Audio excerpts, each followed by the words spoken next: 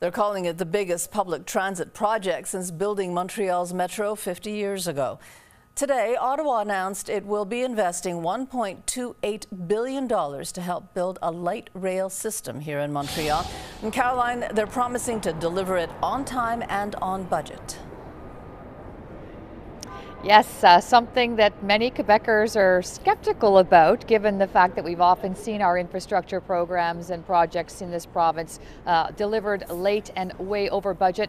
But they're promising that they can do this. And really what happened this morning was we got the last piece of a very important puzzle on this project, in that the federal government, with the Prime Minister coming to Montreal this morning to announce that the government would deliver close to $1.3 billion to make this project a reality. This is something that they've been talking about for 40 months now. And so joined along with the Prime Minister was Philippe Couillard, because the provincial government is also contributing about $1.28 billion as well as the Mayor of Montreal, who was overjoyed, and the head of the Caisse de Placement, Michel Sabia as well, which runs Quebec's pension fund. They're the ones who were sort of the instigators of this project.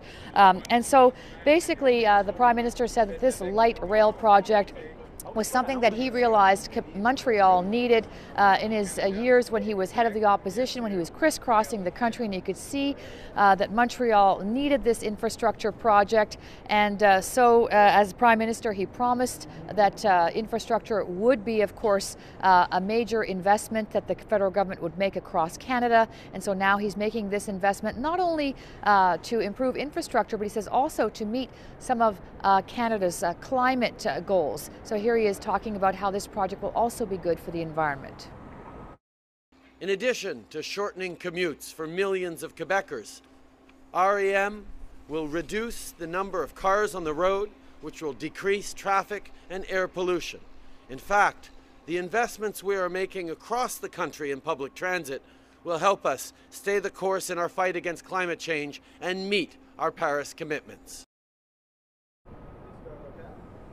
Now, this 67-kilometer light rail project will basically join Montreal downtown Grand Central Station, or Central Station, along with the West Island, the South Shore, and the airport, which is a crucial link into this. The Premier is saying it's embarrassing and it's a bit disappointing when he comes back from other places around the world and across Canada to see that Montrealers have to hail a cab or get into a private car to get out of the airport. He says this will certainly have us on par with other major cities.